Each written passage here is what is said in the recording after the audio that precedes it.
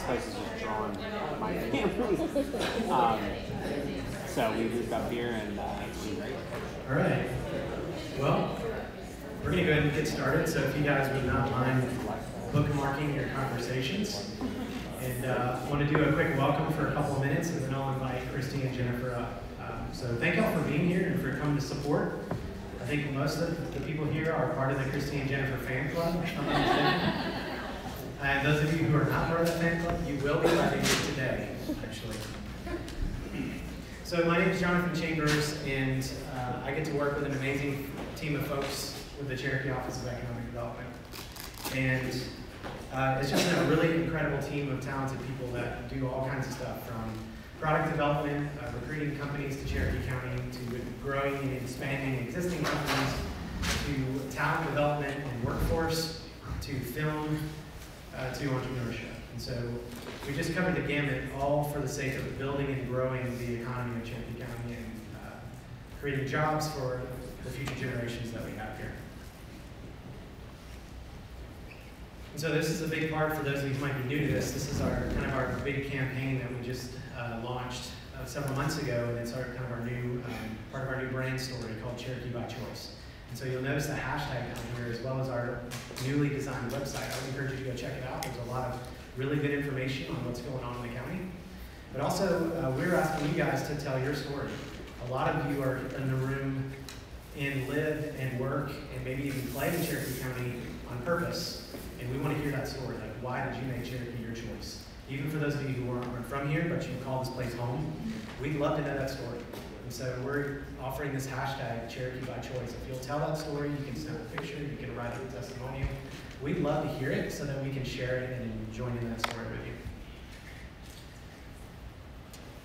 And then one thing that we focus on is entrepreneurship as an office. And my job as the community manager of entrepreneurship is to help support local startups and entrepreneurs. Whether they're launching an idea and they've got something on the back of a napkin and they want support, they want a community to help them, or whether we're helping an existing company or an early stage startup grow a company into something that's bigger, whether it's a product or not.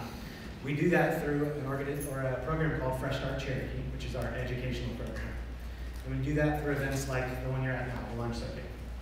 This is our very first event we launched back in May of 2017. So we've done this 19 times. It's been an amazing experiment. We've talked to almost 20 entrepreneurs. And the reason we started this was because we realized there's some power behind each entrepreneur's story. Every entrepreneur has a story to tell. They have lessons they've learned, they have wins and losses that we can learn from and be inspired by. So that's why we started this program. So I'm excited you guys are here to experience it. We also have a program called 1 Million Cups we launched back in February. This is a national program out of the Kauffman Foundation in Kansas City.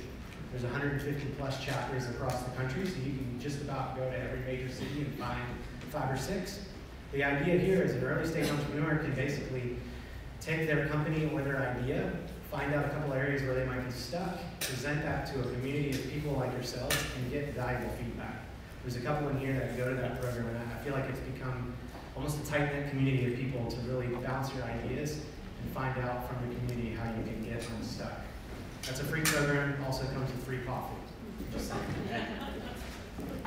Another meetup, Creative Problem Solvers. We do that twice a month on the first and third Tuesdays. And don't get overwhelmed with the details here. You can go to our website and find out more of this later if you want. But we started this over a year ago, early in the morning, a group of about 10 to 15 entrepreneurs that say, you know, we don't want to just gather to network and pass cards. We'd like to actually talk about what keeps us up at night. What do we struggle with? Where are we stuck? Let's be vulnerable and let's try to help each other with some solutions. It's been a really fascinating experiment, very organic. The only structure that exists really is trust and presence. And other than that, people walk away hopefully with friendships and with ideas. And then there's a host of other programs that we do as well that other people from the community, not us, bring to our space. Meetups like Women's Entrepreneurship Group, Woodstock, WordPress, Technology Pros, Digital Marketing, and even an Entrepreneurship Book Club. And so all of them are designed to be a resource to entrepreneurs. And then of course, the circuit. I think a few people here have never been to the circuit, which is really exciting. So this was originally Woodstock Elementary School back in 1906. And the room you're in now is the basketball gym. So the original scoreboard is still on the wall. It's got this really cool historical feel to it.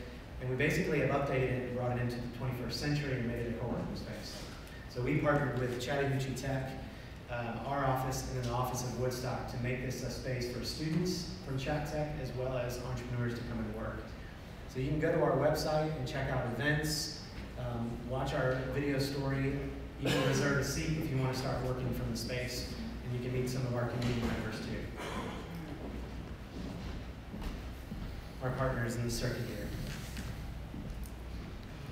Of course, special thanks this morning to our office and some of the programs that we've launched, but also in Woodstock, which is a program from the Economic Development Office of Woodstock that's basically designed to help business owners and the community that's around and in Woodstock have community and have support and have resources. So we're glad to have them on board too. And then, of course, every time we always encourage you guys to share this. That's a big part of making this a powerful thing is you share the story of your experience and other people can ride alongside and say, that sounds amazing. So we would encourage you to take out your phone at some point, snap a picture. I know it requires some effort, but take a selfie, take a picture, use the hashtag lunch circuit, and check in. And every month we take whoever shares, put it in a random generator, pull out a name out of the hat, and give you a free ticket. So Ben Carter is living testimony right now. It's here this morning. So some social media handles in case you want to know for In Harmony Pediatric as well as our office. Maybe something like this. I loved hearing Kristi and Jennifer's story of In Harmony Pediatric at the lunch circuit. I have now discovered my inner pediatric therapist. Or something like that. And there's a post from Ben Carter last month on Instagram. Sorry, Ben, you're up on the big screen now. All right, and then real quick, I want to run through this real quick because I really think Jennifer and Kristi are much more interesting than myself for sure. But just a recap of the year. So we're taking the month of December off. We typically do that with this program because there's just too much going on. You guys are crazy about your holidays, just like I am. So we're way too busy. So I thought it'd be cool to, since this is our last one of the year, to kind of recap real quick where we've been. So starting in January, we went kind of grabbed a story all the way from Ball Ground and brought Dylan Brown and his family from the Ball Ground Burger Bus and heard their story in January. And then we met Brett Waits from Play, who's, a lot of you probably read stories about their new headquarters in downtown Woodstock. So that was a fascinating story about an entrepreneur who had a corporate job and made great money, and then decided to jump off the cliff and do his own thing, and now they've got a multi-million-dollar innovative flooring company. And he's a great guy, loves his wife and kids, and he's a really cool person to know. So we talked to him in February. In March, we talked to Heath Madiak. He has a company called R&D Mechanical up in Canton. It's a family heating and air company.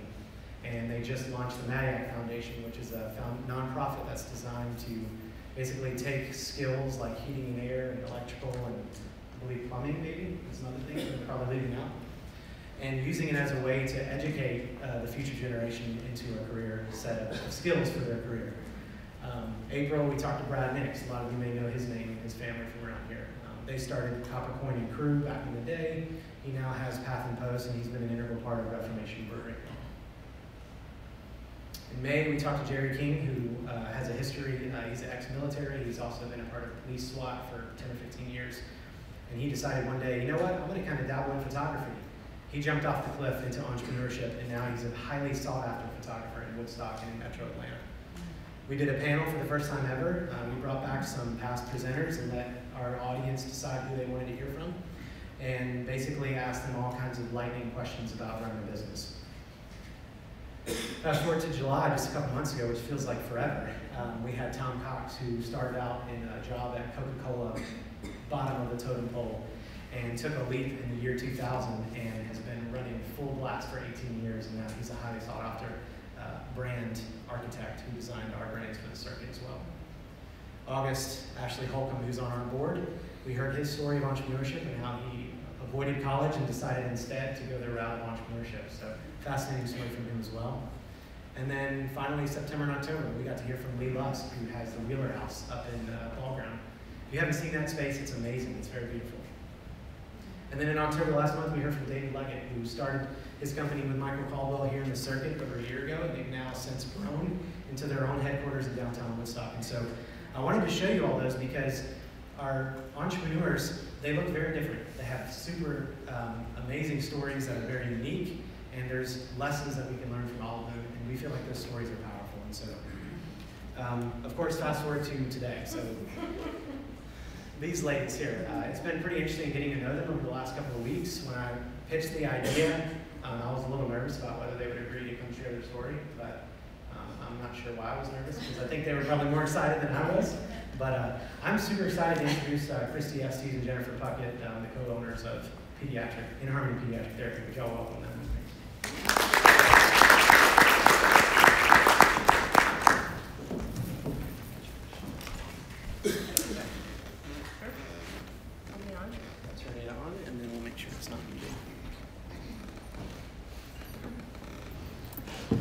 First, I hear there's a birthday in the house. Mr. Jonathan has a birthday. Everybody, here we go. Happy birthday to you. Happy birthday to you. Happy birthday, dear Jonathan. Happy birthday to you. Thank y'all. Look at that, I even heard Bernie. How sweet. Surely somebody would like that, right? Exactly. I'll find out who set you up to do that later, okay? Well, thank y'all for coming to share your story. We really appreciate that. This is probably going to bother me the whole time, so I'm going to try not to let it throw me off here. Let me get my phone ready because I'm going to record this.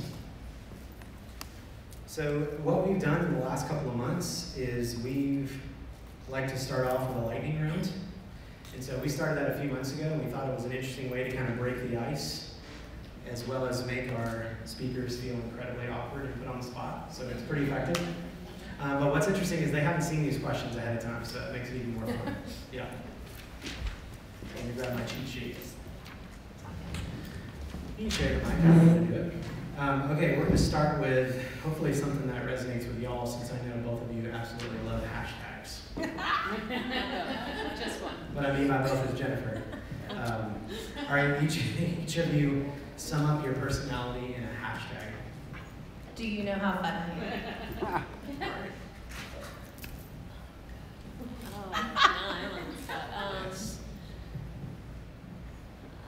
Probably, I love to have, hashtag I love to have fun as well. All right, that's good. Picking up on a theme here. All right, if you drink coffee, you take black or with cream? A little bit of cream. A little cream, no sugar. Cream, no sugar. Everybody taking notes on that? What's your favorite slang saying? Try to keep it PG-13. Oh.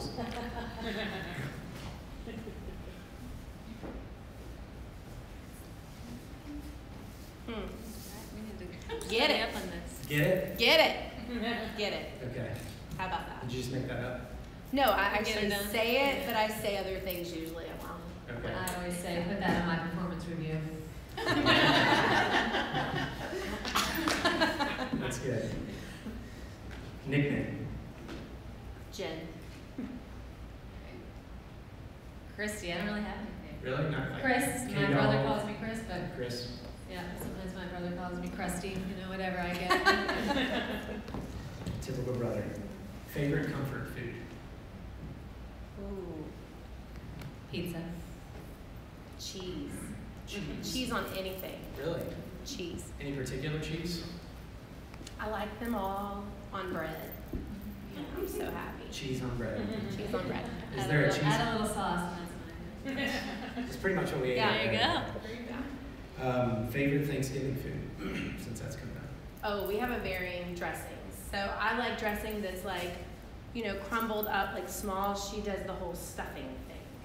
Okay. I'm the Yankee, so we do stuffing in Yeah. the north. My favorite Thanksgiving food is probably cranberry sauce mold, the cranberry mold, with the nuts and the mandarin oranges. Nice. Okay. Hey, we're not taking votes here, okay? Beach or mountains? Beach. Beach. All right. What would your walk-up music be? Walk up. Well, and is there a walk-down music? Let's get it started. Let's get it started. I did. My first vote for us leaving our wedding was moving on up to the east side. Yes. That was it. But we actually left with Andy Griffith. Like we toned it down a little bit. Okay. Didn't know how that'd go over. Really? Yeah. How did it go over? Andy Griffith went entirely amazing. People were like, "Ooh, that's great." It was on the organ. I don't know if moving on up would have gone over as well as we would have liked. Yeah, okay.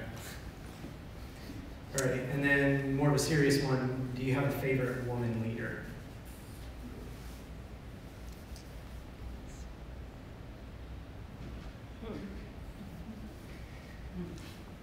I think if I had to go over anybody I've admired along the years, and you don't hear about her much, it was always Condoleezza Rice, because she was an exceptional musician.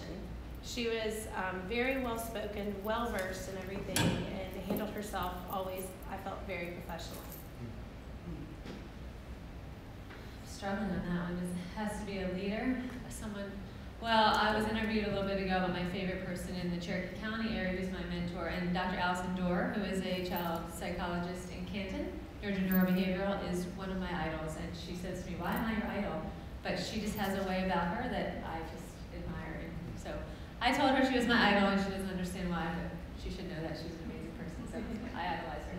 That's awesome. Thank you all for humoring us with those questions. Okay, so we like to start with the origin question, right, or like a little bit of your background. So can you guys give us a little bit about you, like where you grew up, your family, and kind of what life was like? Sure, I am from New Jersey, born and raised. Went to the University of New Hampshire for college, where I graduated with a bachelor's of occupational therapy. Met my husband there, and we moved down to Georgia in 2003. Been here since, so I call myself a Southerner now. Jen always says I'm officially Southern. I have 2 children, an 8- and 5-year-old, and I live right now in Canton in the River Green subdivision. So we've been there since 2008, and loving Cherokee County.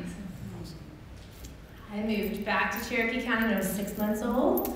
Went to good old Hickory Flat Elementary up the road, and then graduated at Sequoia. Went on to go to Reinhardt for 2 years. I was a voice major. They showed me the most money coming out of high school. And then it was there that I really learned about music therapy. So then I transferred to UGA. I did my internship in the Atlanta Fulton County school system for 9 months. And then I started working with a music therapy company in Gwinnett. And then 2 years later, formulated therapy. There, I have 3 kids. 9, oh, I heard old. 9, 7, and 4. And we have a puppy dog, Maggie Jane, Puckett, who is a golden doodle as well. Awesome. So talk about why you guys feel like Cherokee is home then, because that's a big part of our office now. We're talking about what's your Cherokee by choice story. So why did you decide to stay here and not stay in Fulton, and why did you decide to come down and stay too? I will tell you, busting out of high school, I was on the go. I was gone. I was going to move to Nashville, actually. And that was my end goal. And I actually had plans to set up and move to Nashville, and those were in the works when I met Mr. Puckett. However, when life started settling down after my Athens days, and I thought about raising a family, Cherokee was the only place I wanted to. Not only was my family here, my brother's an attorney in the area, it was home. And it's nice when you would come back in town and be able to walk into a store and see people you knew, and it was just home for me. I moved to Marietta when I moved to Georgia, so I was there for a few years, and when I was doing home care, I decided I needed a bigger home office because my home office was not big enough at home. And I told my husband I was going to put the house on the market. He's like, whatever, do what you want. And well, I did, and it sold in 6 days. So that was a bit of an issue in our lives. What year was that? 2003. Okay. No, 2008 at this point. Yeah, We moved 2008. It sold in 6 days. It was about literally 2 weeks before the tank of the market. And I went, oh crap, where are we going? So I was doing home care at the time, and most of our clients were in Cherokee County, and I can remember driving here every day from Marietta thinking, where am I going? And this is like farmland, and why am I up here in Cherokee County every day? Well, I ended up moving to Cherokee County, found a beautiful home in a subdivision that I absolutely love.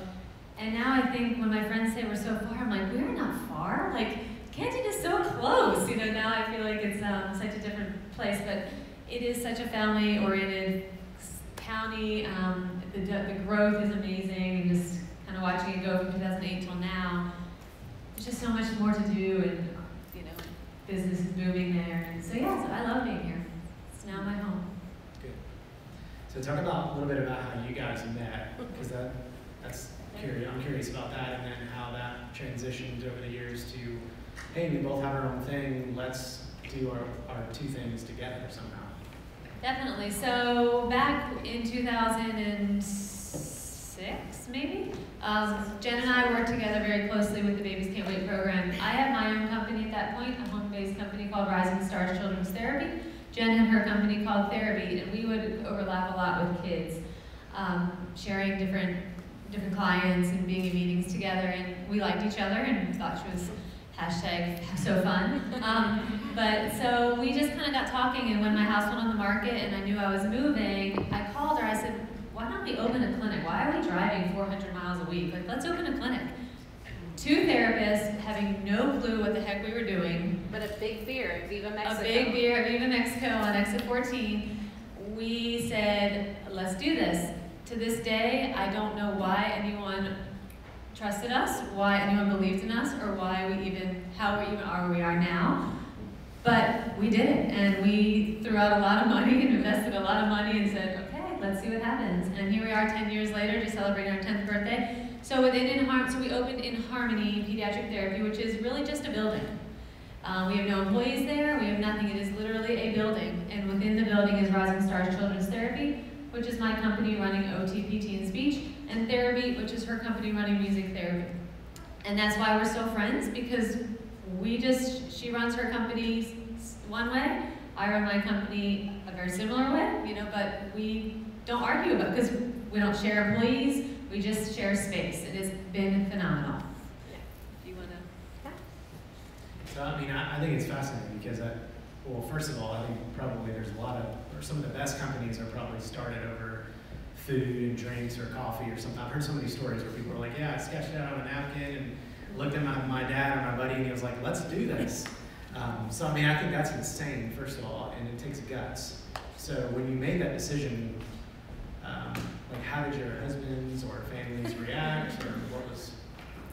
I've got to say, we have the biggest champions in our husbands. Like, they are rock stars, and they put up with us, which is a lot.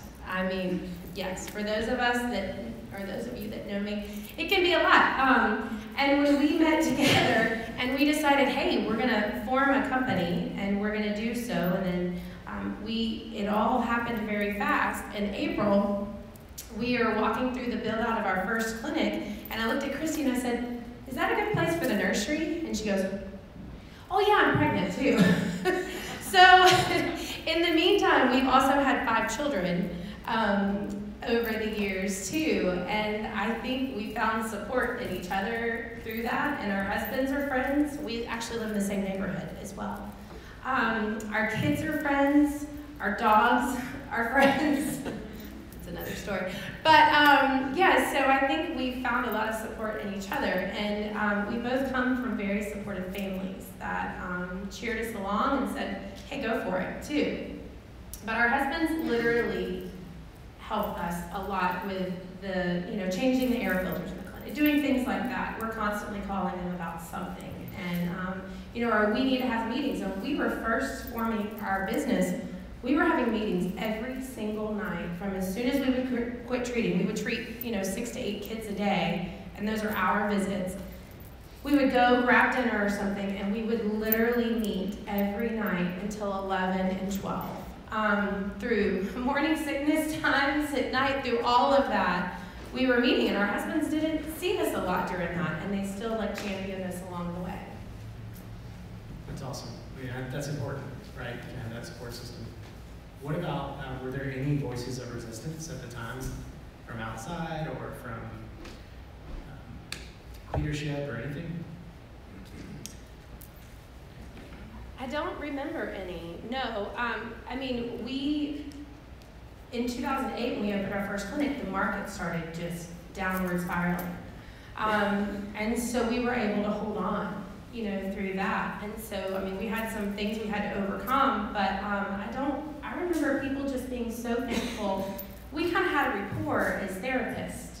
And so our families were championing for a closer therapy clinic because they were driving to Choa, or they were driving, really far for therapy. And when we were coming together going, where are we going to put the clinic? I was like, let's do it in Canton. Let's do it in Canton. What a dream to have it in my hometown. And so I really feel like we had more champions behind us, cheering us along the way. Awesome. So we're always curious, that everybody we talk to is to find out how each person defines what an entrepreneur is. Because I feel like definitions are changing depending on the context. So how would you guys define what an entrepreneur is? I would say you see a need and you figure out a way to go meet it with a business.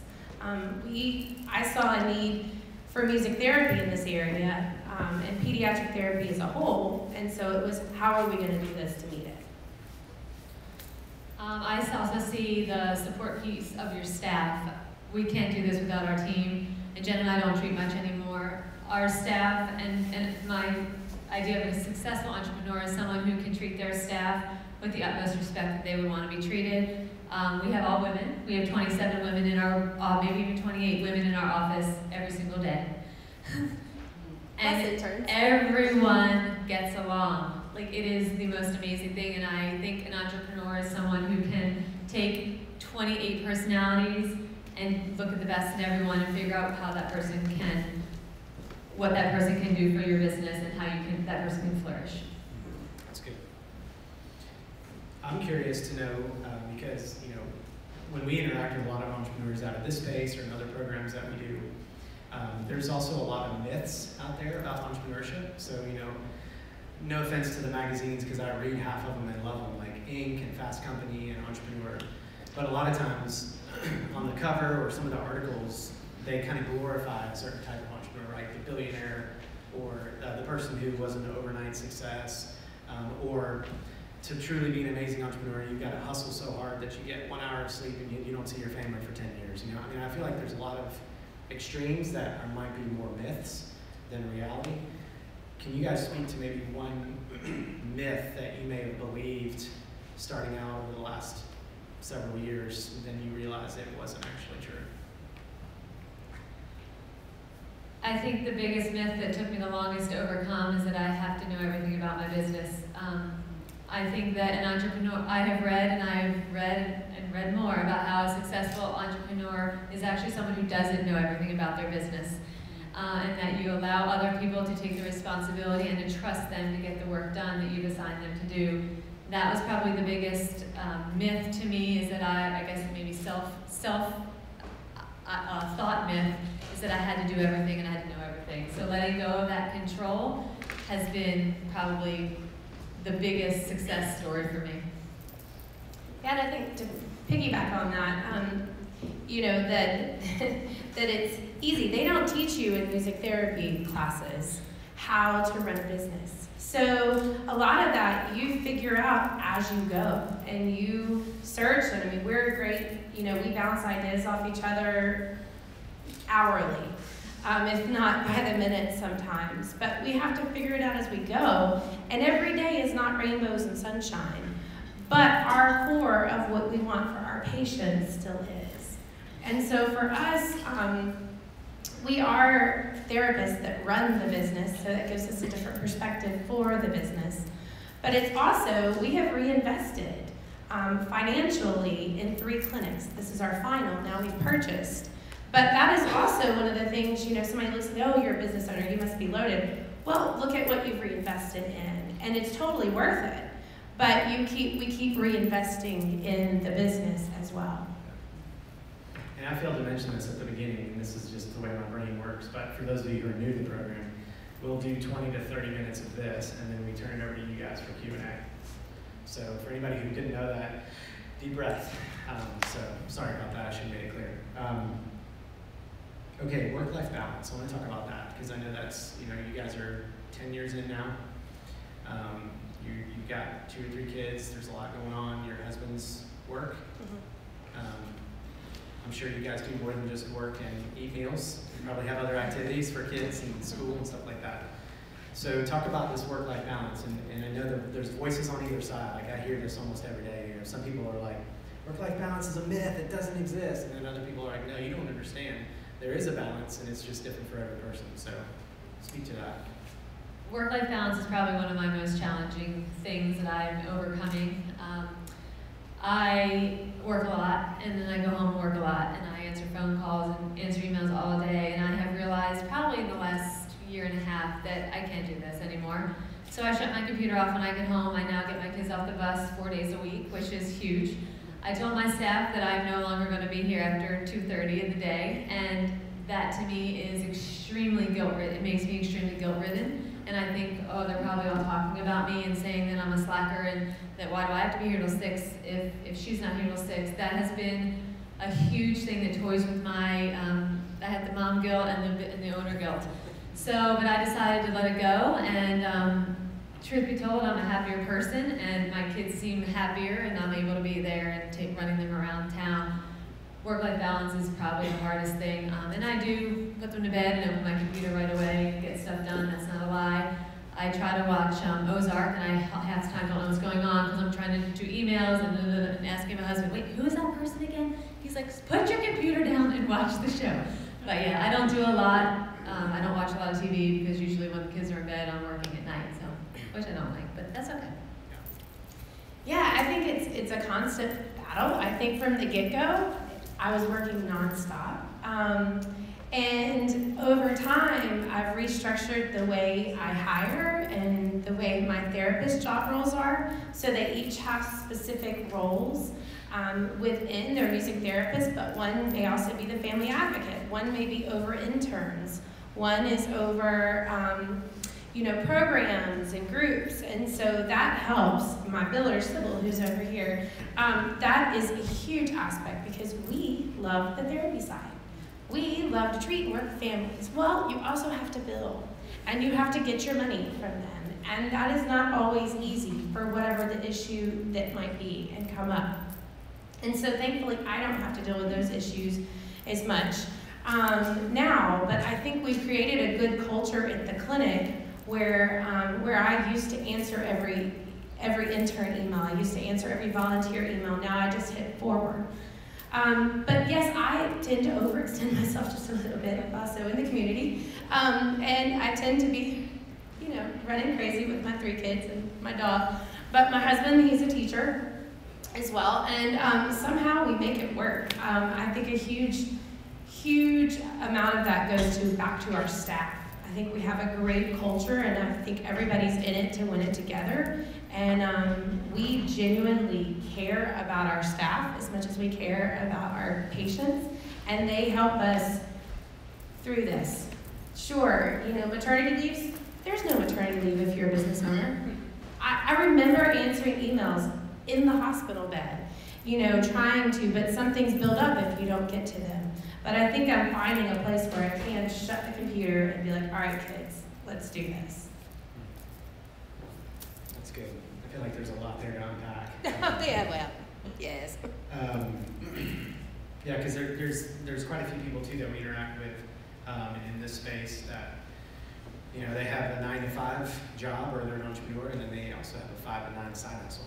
And so I feel like that's almost become part of our work culture nowadays too, whether you're like you guys are doing the same thing later on at night and being productive, or somebody else taking one hat off, putting the other on for their nighttime job. So I know you have to be intentional when it comes to work-life balance, and I don't know that there's not like a written prescription, right? And I feel like that's probably the tendency for entrepreneurs is to find out, let me just go find the rule book and I'll follow that and see the magic bullet. And there's really not a magic bullet. It's whatever works for you and your family. So I'm just gonna add on that, and I think it's seasons. Like we just built a 11,000 square foot clinic.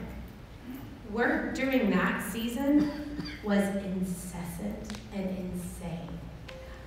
We were non-stop, whether we were dealing with the county, we were dealing with contractors, we were trying to keep the other clinic running, moving issues, all of those. So I definitely feel like it ebbs and flows in seasons as well. So talk about why you guys chose pediatric therapy. And I also don't know, I hope everyone knows what we do. We are an outpatient clinic that works with kids with special needs. Anything from occupational, physical, speech, music therapy, anything from, you can't say your R's and your L's, to kids that are in wheelchairs and have a trach and a feeding tube. So really, the gamut of kids some kids walk in our building and you wouldn't even know anything's wrong. And some kids walk in our building and you obviously can see why they're there for therapy. So I'm assuming many of you know that, but in case you didn't. Why do we choose pediatric therapy, you said? My grandmother was an OT in World War II, and she always worked with adults and was in the war helping wounded soldiers. And I just admired my grandmother my whole life. And so I always knew I wanted to be an OT or a PT, and I kind of started volunteering in high school and figuring out where I wanted to be. And OT just caught my eye because OT has such a variety of areas you can be in. You can be in hospitals, you can be in geriatrics, pediatrics, ortho.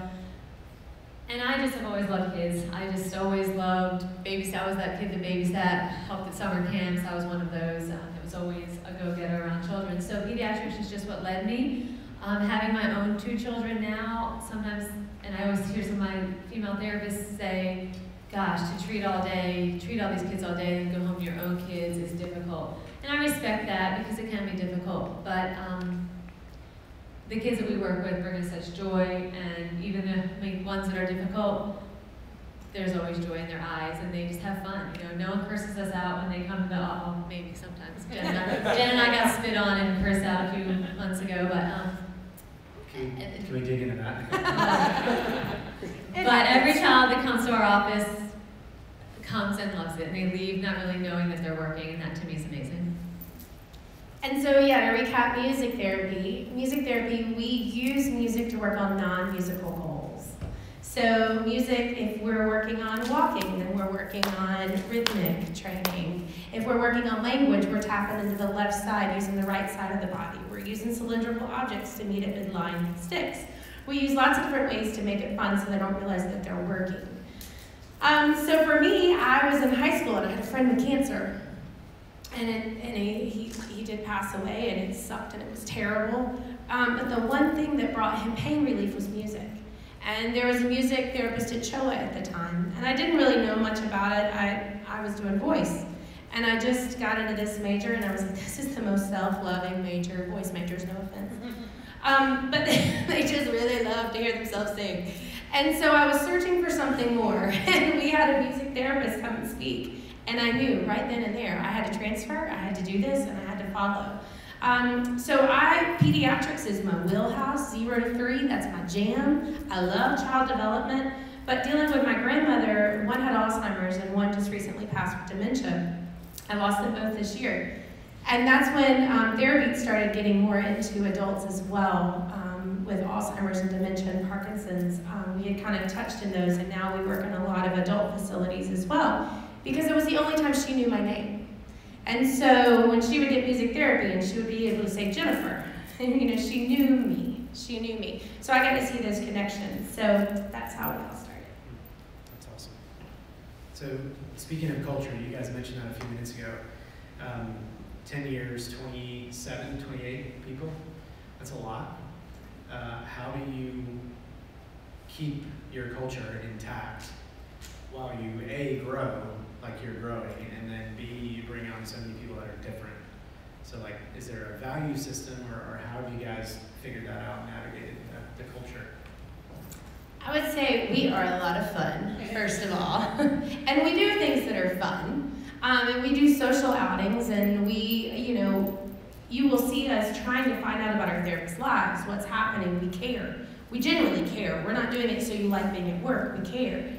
But I think culture is important on so many different levels, and we've learned over the years it has a lot to do with the hiring process.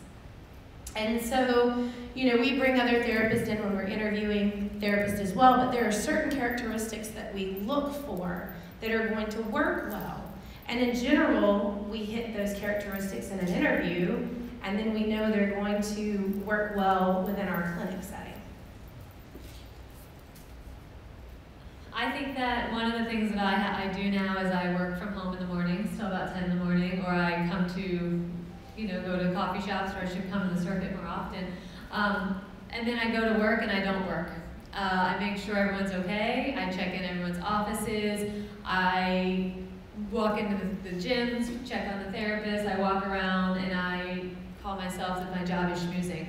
I don't work at work anymore. I can't, because everyone needs me for something, and it could be that they just adopted a dog and want to show me all their pictures. It could be that they want to tell me that their mom is on hospice.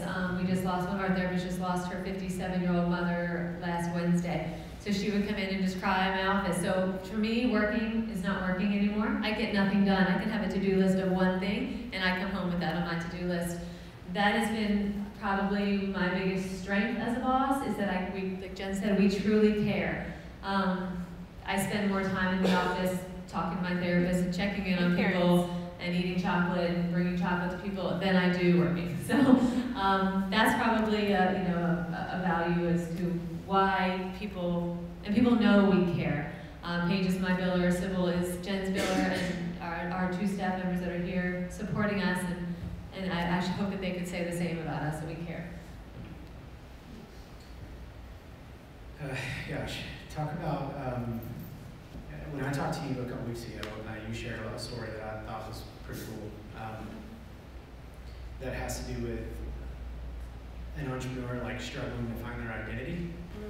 And so that's a big topic for me, identity, and always has been. And so when I became an entrepreneur 10 years ago, I kind of brought my own identity crisis into my entrepreneurial venture, and I thought that was going to solve it, but it actually made it worse. So, your business is growing, it scales, sometimes roles have to change. And I know for an entrepreneur, if they can't adapt to change quickly, that could be devastating to their identity, because you have to wear a lot of hats and you have to do different things. So you had a story, I don't know if you are comfortable sharing it, but I'd love to everybody hear it. So I'm an OT, obviously, I'm an occupational therapist, and as the business has grown, like Jen and I said, we treated a full caseload, 25, 30 kids a week. And then I had my first baby, and I probably came back to treat maybe 20 kids. And then I had some hip surgery, and I came back to treat about 10 kids. And then I had a second baby and treated about 5 kids. And so my identity went from being an OT to really not being an OT anymore. But I was still really good at it. Like, I'm still a pretty good OT. But as the days and weeks go by, and I go to CEUs that are more catered to managing and leadership, and I go to some CEU classes that are about OT, and I come back, I'm like, this is amazing, and then I don't practice it, and I forget it all. And my therapists are all doing this stuff in the gym, and I walk in, and I've had a bit of an identity crisis lately, saying like, I am not an OT anymore. I'm not. I am a business owner, and it has been. I'm like getting teary eyed. Sorry, my goodness, I didn't expect it. It has been hard, but I'm sorry. Yeah. I'm at peace with it now, and I'm excited about it. But I'm not a good therapist anymore. But I'm an awesome business owner, and I am sorry. I'm crying. It's true. We came into this because we are damn good at what we do. I am a damn good music therapist when I can treat. And it becomes challenging. First kid, I was still, treating 30 to 35 kids a week. Second kid, I gradually backed down. Third kid, I backed down some more. And now as we've grown into the business, I have 2 kids that I get to treat a week that I love. They have my heart. Much like many of the other kids that I've had to transfer off my schedule. They have my heart. But it's a constant, hey, we need you for something. Hey, we need you for something. Or beating down my head is some deadline I have. Or something that I have that my mind cannot 100% be a therapist. Because there are so many other things that, if we really sit down and write down everything we do, it's insane. It's not human. And yet these are the things that run through our head. I'm bringing in extra things as well. I joke, I'm jetting on Wednesday nights headed to preschool choir. And I'm like, oh, what am I going to sing in the car? And on the way there, I'm figuring out what I'm going to teach the children. Because we are just at this pace. And so it is hard. I recently got to go to Stone Mountain and work with adults for 2 days that had developmental disabilities. Oh my. I had so much fun. It was my jam. It rekindled that fire. But I'm trying to use that fire to encourage my team now, because I can't do both. It doesn't work very well. Thank you all for sharing that. Sorry about that. I'm all good now. Counseling session here. So I know we probably only have about 3 or 4 more minutes for me to ask questions, then I want to give you guys about 15. And I've got 25 more questions to go, so, I'm having to pick, which is hard. What are some of the challenges and obstacles you face as a successful woman entrepreneur? I probably think I would say we face more positive things than maybe challenges. I think the biggest thing is keeping clients happy. Making sure we don't have people that Jen dealt with the situation yesterday. Someone just thinks that she shouldn't have to pay her bill. Okay, well, you bought food, you ate the food, you're going to pay for your food. We did the services, you got to pay your bill. And trying to figure out how to talk to that family and say you're out of your mind crazy, but make them sound like they're right. Probably keeping families happy. I'd say 99.9% of our families are super happy, but you get that one that decides to put us on Facebook and say how horrible we are because they showed up for their appointment at the wrong time and they said we were wrong. That kind of stuff is, we both internalize that very much. And we have a lot of friends on Facebook and things like that, so what happens is Jen will send me a screenshot, hey, FYI, did you see this? And I'm like, oh, no, I didn't, because a friend of hers sent it to her and said, FYI, you need to see this. But, I think that the biggest struggle is making sure that with social media, with all the ways people communicate now, that they're factual and that if someone says something bad, you gotta make it all better, So that's probably my biggest struggle is just dealing with the quickness of criticism and 9,000 positive things, 1 negative. People remember that, and it's so sad. I think another, which is a good thing, I see my job as sort of a mission field as well. And so this morning, Kristi called me and I said, actually, I've been 2 hours trying to figure out this donation for this, and I've been trying to do this, and we've got a family in need that needs this, and we're going, on the weekend to go grab a crib to get to their house because they got a new G-tube. Constantly, I think that's some of the challenges is that we're not just business owners. We're not just parents or moms. We are actually trying to help all of these lives, and sometimes that can get a bit overwhelming. I have learned as I've had more kids not compartmentalize, but not take it on as much, because every now and then we'll get a case that comes in the clinic that is just heart-wrenching. And I know if Kristi calls me or if I call her about a new kid, this story is going to tear us up as therapists. But we try to use that to give us fuel to help these families.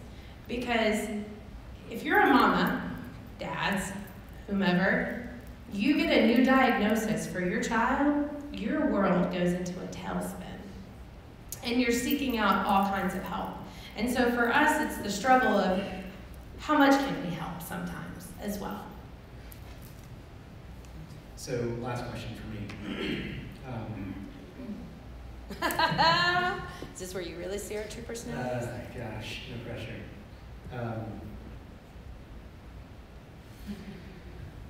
Major loss or win. So share a major loss or win within the business. It could be anything that comes to mind, and then maybe what you learned from it.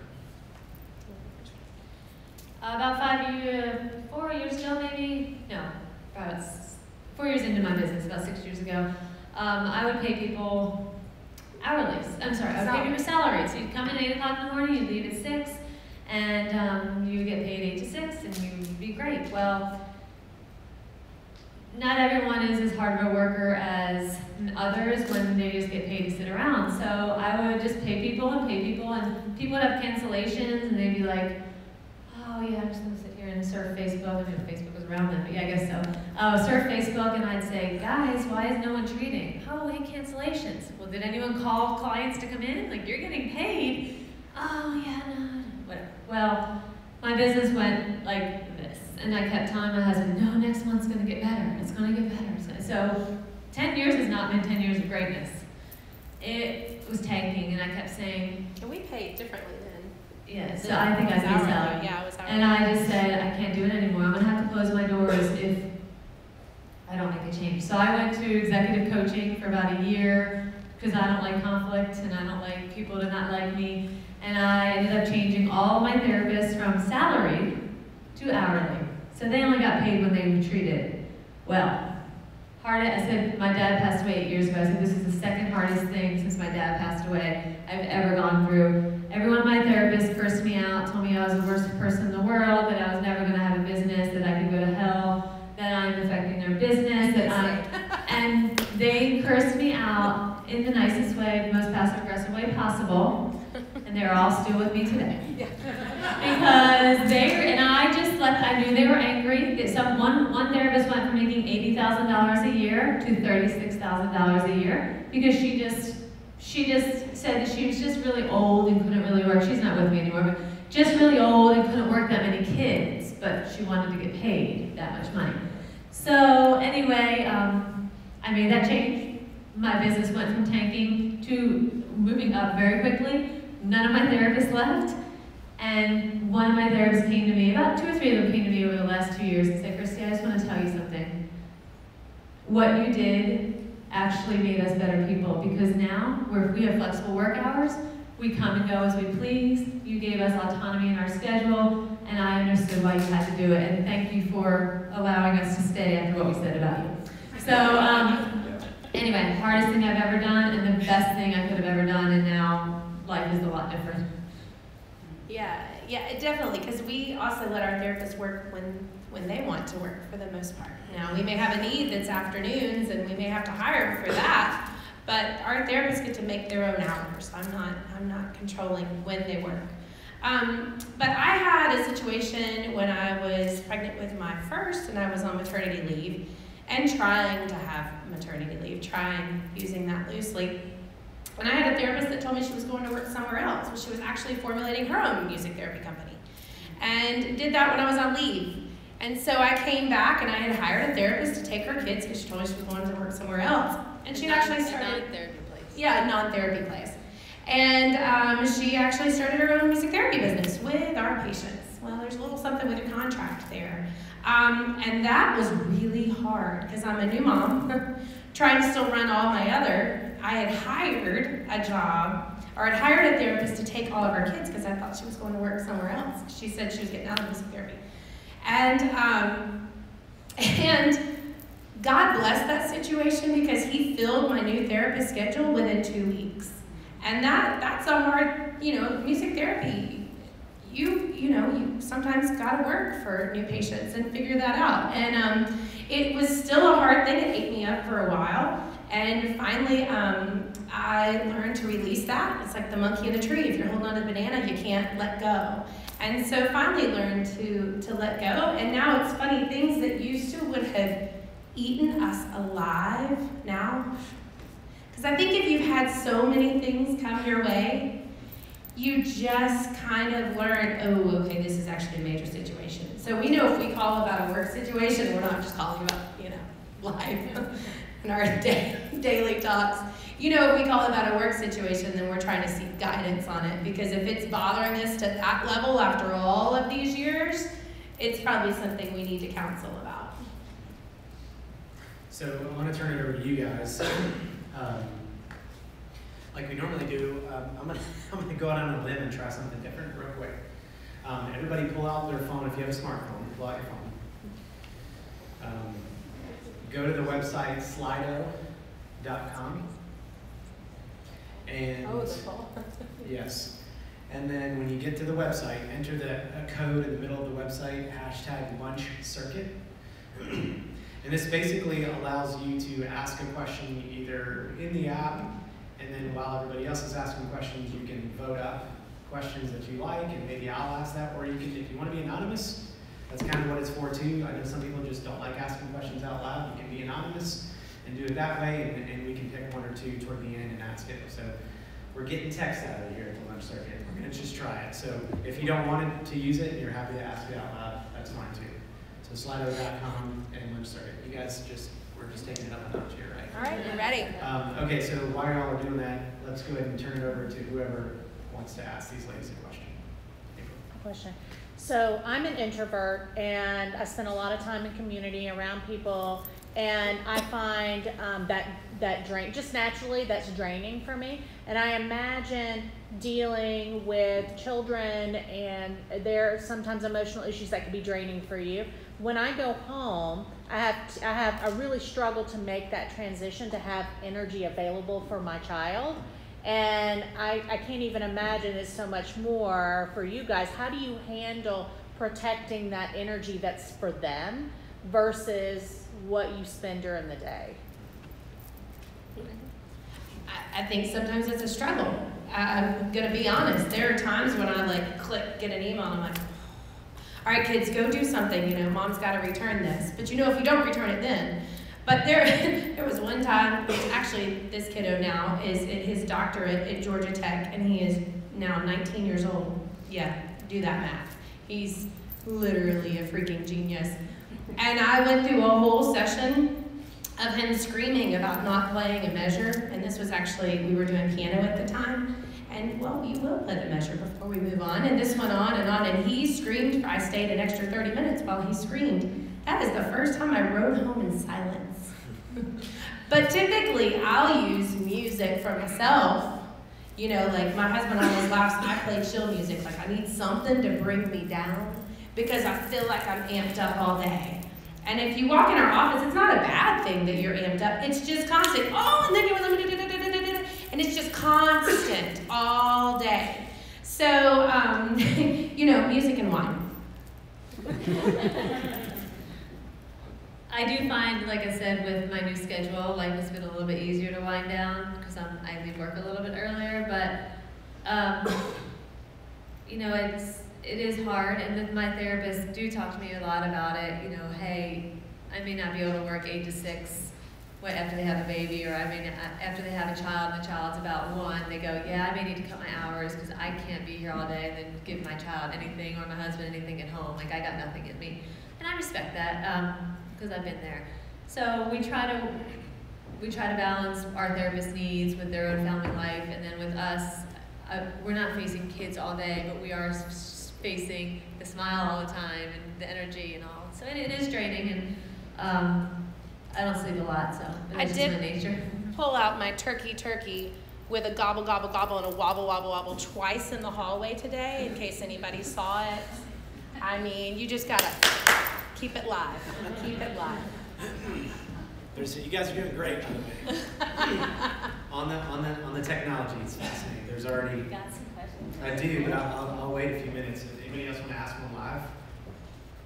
Maybe everybody's just going to be anonymous. Yeah, I'll tell you, Paige has been with us in Harmony for 9.5 years, almost 10. So she has watched our clinic go from nothing to where we are now. So she is still 7 years back there. So, we don't have turnover. That's a great thing about our office. We don't, people are going to die at our office, I think, because they just don't Not in our office. They're going to die. No, we have a new AED. Oh yeah, we got an AED now. So we got this.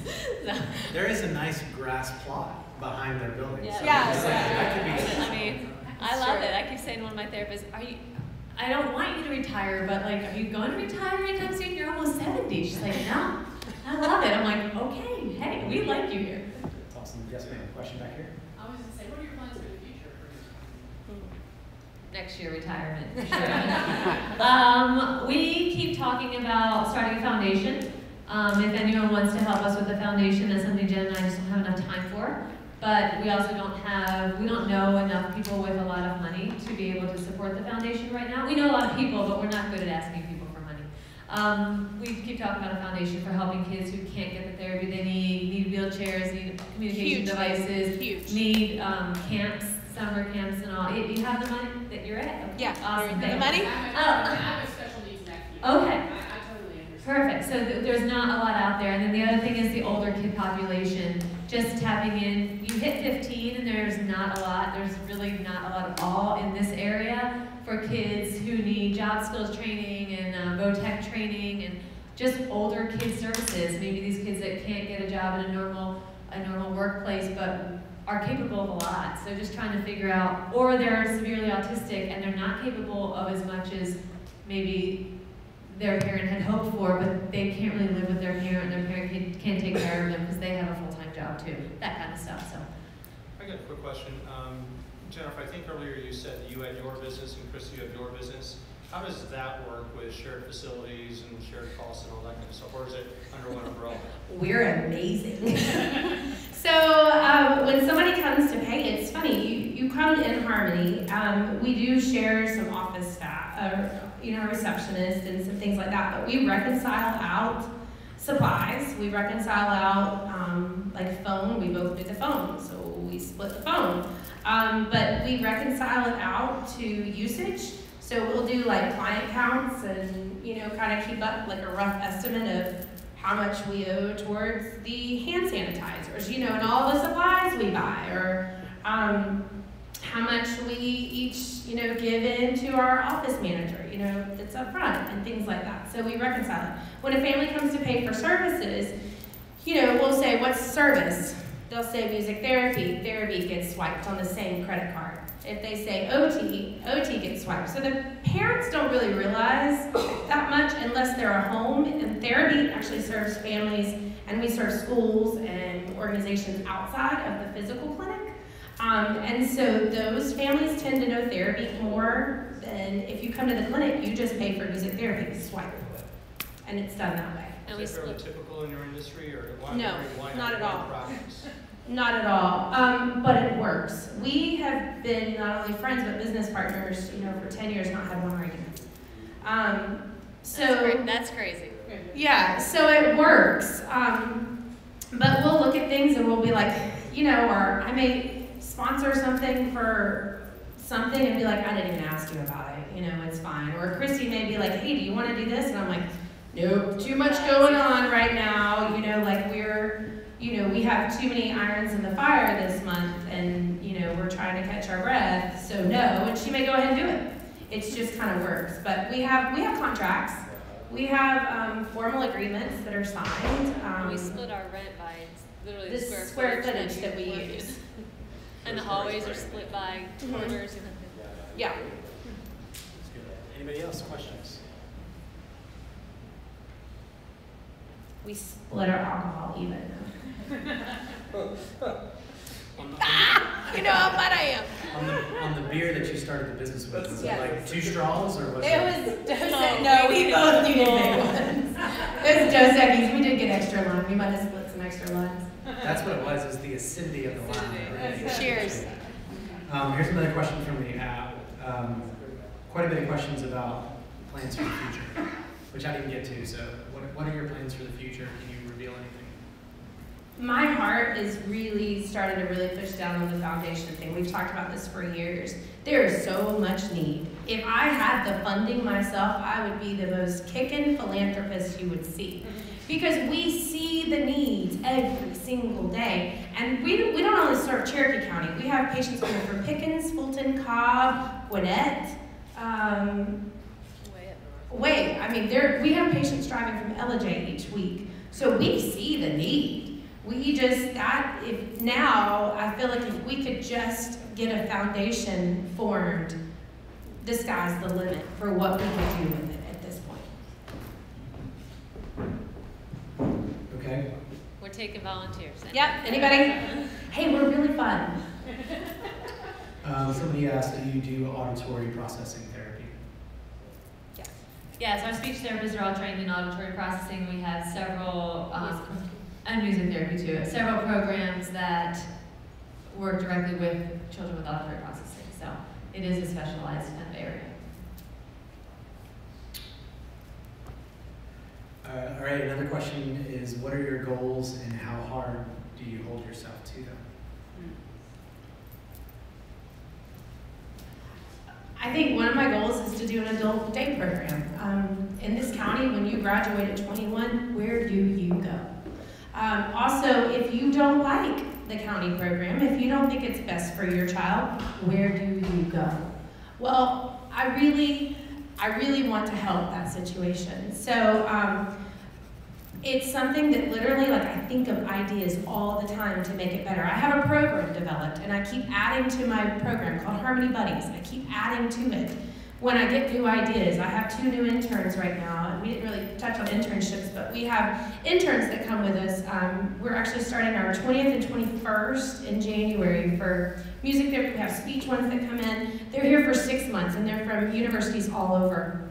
But I'll shoot them an email and be like, hey, I need you to go add this to the Harmony Buddies folder, because it's just on there. But how high I hold that self to is I've got my children until they're at least probably 18, right?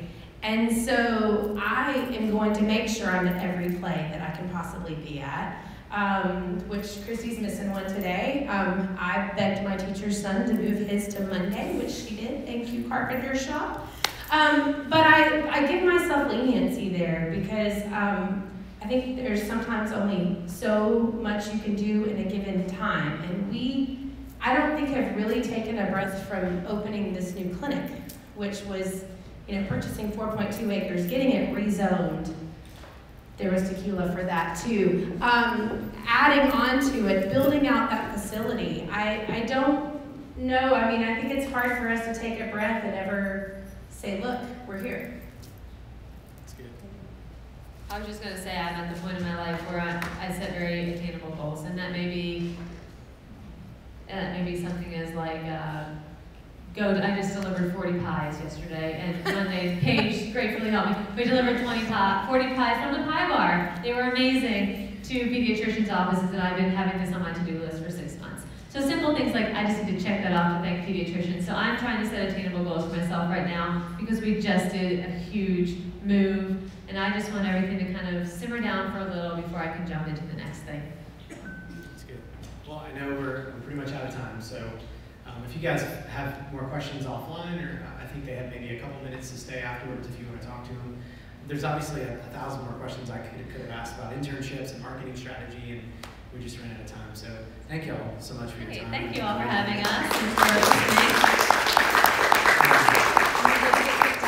You didn't get kicked out. No, I was worried about that. Were you worried about that? Yeah, I had to rein myself in. So in typical fashion, we'd like to tell you guys first who's going to be our next speaker. We do this every month, except for December, so we'll take December off. But coming up in January, I can get my slideshow to go, January 9th, so mark your calendar. It's typically the second Wednesday of every month, same time.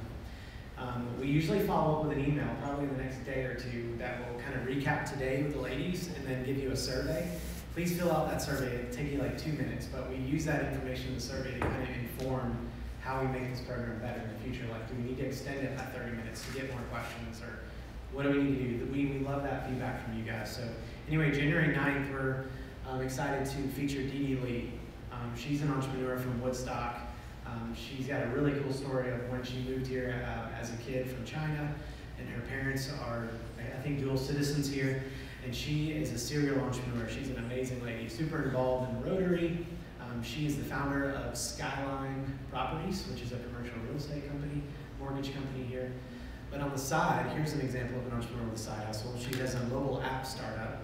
So she's launched this mobile app that basically connects people, available bachelors from America to available male bachelors to female bachelors from China, who in that generation are typically leftovers. They call them leftovers. It's kind of a tragic story. She's trying to solve a huge problem with a mobile app. It's not going to be easy to do, but she's probably the person to do it. She's fascinating, and she's very down to earth. She's a mom, she is a wife, and she's right here in our backyard. So just like these ladies, she's got a really cool story. So I hope you guys will sign up for that and spread the word. I'll leave the screen up if you want to take a picture. It's got the website you can go to and a $5 off coupon if you use the code behind me. Wow, that was a lot to get out. Thank you all so much for being here. We really appreciate it. Stick around. Grab some more celebration cake for 2 years of this program if you want. Put some in your pocket or purses. And we're glad y'all came. Thanks. Thank you.